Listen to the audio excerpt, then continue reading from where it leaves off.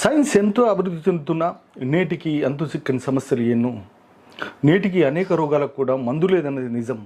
శ్రీకృష్ణ పరమాత్ముడు భగవద్గీతలో చెప్పినట్టు మానవుడు చిరిగిన వస్త్రాన్ని వదిలి నూతన వస్త్రాన్ని ఎలా ధరిస్తున్నాడో అదేవిధంగా జీర్ణమైన శరీరాన్ని వదిలి ఆత్మ మరో శరీరాన్ని ధరిస్తుందట.